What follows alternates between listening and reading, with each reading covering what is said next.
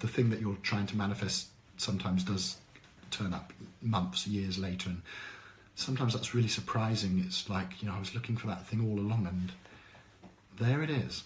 And the universe usually plays a trick. There's usually a message there somewhere if you look for it. I think the universe has a sense of humour. It's one of the things I find also with manifestation, and a lot of the, you know, the law of attraction crowd, in terms of, you know, how we're taught by people, and, you know, the so-called experts, who maybe, you know, not all of them are the experts, I don't know, that's probably a bit mean, but, you know, sometimes people, when they're teaching law of attraction, they're very, very serious. They're kind of, you know, it's a really serious thing, but in truth, again, when you actually look at the results, you look at what happened when I met my wife, the story I told, and, you know, if you look in your own life when really good things happened later than you wanted them to, and, you know, right, in a really strange way, there's usually a sense of humour there. There really is, and there's usually something to laugh about, which makes me think, should we be manifesting more from a sense of fun and lightheartedness and that kind of thing in the first place? I sometimes suggest it to people. I say, look, you know, what about a bit of light-hearted energy? Maybe that would be worth trying as something new. And I've had people literally say, you know, take offence, like, how dare you? You know, this is serious. This is law of attraction, and you know, this is my life and my future, and we have to take this very, very seriously. And it's not that I'm not taking a person seriously or their story seriously. I just think it's all about energy. You want to get the energy right to manifest, then fun and laughter and lightheartedness can go a long way. I'm not saying it should always be that way. Sometimes in an intense, critical situation, you've got to get focused, and it is there's a level of letting go and going into a flow state, but there's also an element of seriousness, and that's appropriate, context dependent. But I don't know, you know, if your source code is lightheartedness, then, you know, and having fun and laughter and being creative, getting really serious, I don't know if that's the right way. The best approach is using the right energy every time, getting the energy right. You know, my whole thing with law of attraction, I have friends and they say, you know, Ed, what on earth is law of attraction? Like, what are you talking about? And I always bring it back to the same thing. I always say, look, you know, I've got a particular friend of mine who's quite a grumpy old man, and I think he's very proud of being a grumpy old man. He's really proud of it. So you might say, you know, he's manifesting from a miserable energy, and he sometimes gets miserable results as a cause and effect of the energy that he's bringing to the universe. And, you know, to get him laughing, sometimes I'll say, hey, I won't say his name because that's not fair, but say, hey, John, you really are the most grumpy old man I've ever met in my life. And his face will light up. He'll beam with energy of happiness, because you've recognised his source code. He's so proud to be this grumpy old man, and you've actually acknowledged it. He thinks that's great. My point is, even someone who's unhappy, and he's not an unhappy person, he's one of these people who's happy being unhappy, if that makes sense.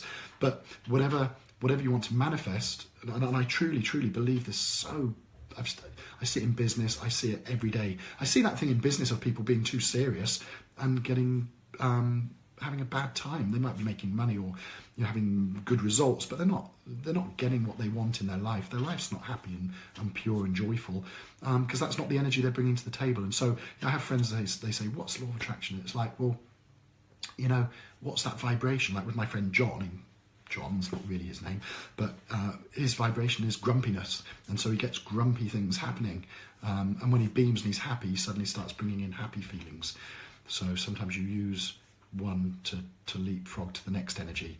Point being, every energy's got this vibration. We always bring it down to vibration, always. People talk about good vibrations. It's taking that minuscule atom at the heart of the energy, whatever it happens to be, and then realizing that once you've got the energy at a basic vibration, you can bring up that frequency, you know, the actual frequency, like the volume or the strength of the signal. You can bring it up louder, stronger, brighter, more powerful. So someone who says, you know, I am full of sad energy.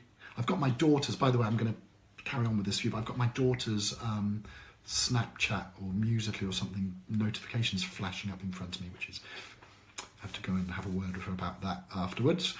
She's 10 and taking over my phone and my computer and everything.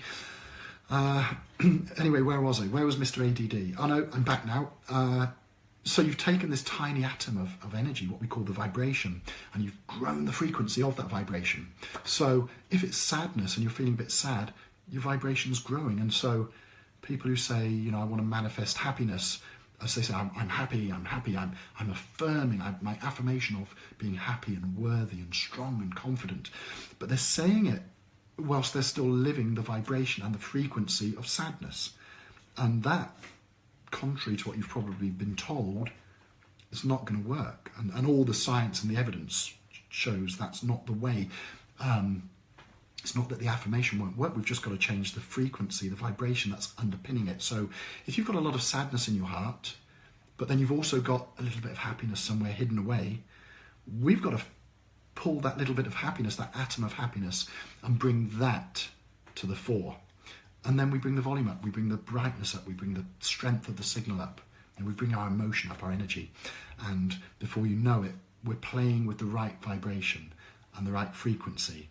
And there's so many ways of doing that, you know, music, conversation, great company, great inspirational literature, quotes, whatever. Getting into the right vibration and then bringing up the frequency, that's the most surefire way to manifest anything that you want to. And it's always the way. It's always the way. Because you might think that there's some very miserable people out there that are making lots of money in business or real estate or whatever. And yeah, you can show them to me, and that's true. But by saying that they're successful is making an assumption that they are wanting the same things you want to define success. Because if money is the vibration they're seeking to enhance through the frequency of money, yeah, they're being successful.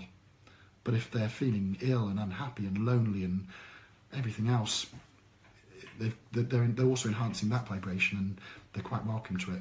I think most of us want to start with the actual energy. So even if people talk about financial abundance, relationship abundance, health abundance, what they're really talking in a higher level frequency is the happiness, the joy, the fulfillment that brings.